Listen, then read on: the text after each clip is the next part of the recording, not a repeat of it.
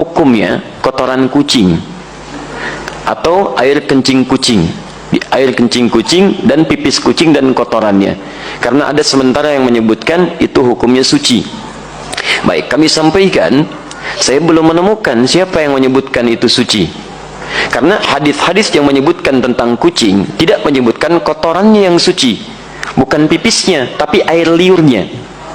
Ya, hadisnya benar yang disebutkan, tapi cara memahami hadisnya keliru. Apa sebabnya? Dua hal. Pertama, hadisnya tidak dibaca dengan ilmu hadisnya. Dalam ilmu hadis ketika akan membaca hadis, selain melihat bahasa hadis, juga melihat asbabul wurudnya, sebab kenapa hadis itu muncul.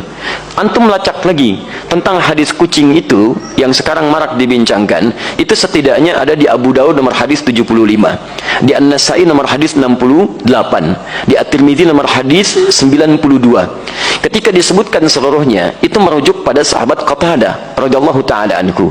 Gimana kisahnya? Kisahnya ketika beliau berkunjung ke rumah anaknya, kemudian akan berwudu, menantunya melihat akan berwudu, air yang digunakan dijilat oleh kucing sebelumnya. Begitu dijilat, tetap air wudu itu digunakan oleh beliau. Menantunya bengong. Kata beliau, kenapa engkau bengong seperti itu? Maka dijelaskanlah oleh beliau, keluarlah kalimat itu, innaha laysat binajasin wa hiya minat tawafina alaikum. Saya pernah mendengar Rasulullah SAW pernah bersabda, ya, air liur kucing itu tidak najis. Yang disebut air liurnya, bukan kotorannya. Itu tidak najis, karena kucing itu hewan-hewan yang sering hadir di sekitaran kita. Baik, dari mana tahu itu menunjuk pada air liur? Baca hadis 76-nya di riwayat Abu Daud. Ya, di situ ada riwayat dari Sayyidah Aisyah radhiyallahu taala anha menyebutkan, karena Rasulullah sallallahu alaihi wasallam, di riwayatnya raaitu Rasulullah sallallahu alaihi wasallam, saya pernah melihat Rasulullah sallallahu alaihi wasallam yatawaddau bi fadli. Beliau pernah berwudu menggunakan air yang pernah dijilat oleh kucing. Jadi berbicara tentang air liurnya, bukan berbicara tentang kotorannya. Sekaligus ingin membedakan air liur kucing dengan air liur anjing. Kalau air liur kucing menjilat bijana atau menyentuh bijana, maka tidak perlu dibasuh karena suci nilainya. Boleh antum gunakan airnya. Tapi kalau anjing yang menjilatnya, maka baru dibasuh dengan 7 basuhan, salah satu menggunakan tanah. Itu maksudnya. Dan semua mazhab di sini sepakat. Makanya ketika disebutkan dalam kitab Al-Ikhtiyarat di halaman ke-26, disebutkan qaul sampai ke Syafi'i, sampai ke Ahmad, dan disimpulkan wa qaulul ashab, qaulul ashab.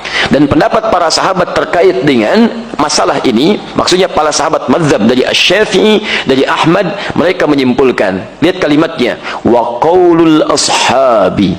Dan kesimpulan dari pendapat sahabat-sahabat mazhab menyimpulkan, al-hurratu wa ma dunaha minal khilqati tahirun. Air liur kucing itu, ini pembahasan tentang air liur. Makanya tafsirannya disebutkan su'rul hurrah. Air liur kucing itu, atau hewan yang lebih kecil daripadanya, ketika menjilat apapun maka dinilai suci. Kapan tiba-tiba muncul keterangan jadi, maaf, air pipis kucing? Nah, itu kitab pernah disalin lagi teman-teman sekalian, tapi salinannya tidak melihat kepada manuskrip, ada pecahan-pecahan. Ketika disalin itulah muncul versi kitab, berubah dari kata qaul jadi baul, baulul hurrah. Asalnya qaulul ashab fil hurrati, qaulul ashabnya hilang jadi baulul hurrah. Baul itu artinya air pipis. Maka berubah terjemahan, air pipisnya kucing itu suci. Dari sini bencana mulai muncul. Nah, di teman-teman sekalian, itu asalnya bersumber dari kitab yang dibaca salah salin dan tidak merujuk kepada manuskripnya. Dan nggak apa-apa, kan namanya manusia. Manusia itu kan bukan malaikat. Kalau malaikat itu tidak kenal salah, lawannya setan. Setan tidak kenal benar. Malaikat disebutkan 88 kali di Quran, setan 88 kali di Quran.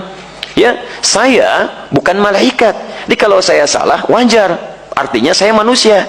Antum bukan setan. Ya, jadi kalau antum maaf ya, ada pernah berbuat salah, wajar, karena setan tidak pernah kenal benar. Di teman-teman sekalian, kalau ada orang berbuat khilaf, jangan diungkap khilafnya, cukup kemudian kita koreksi dengan cara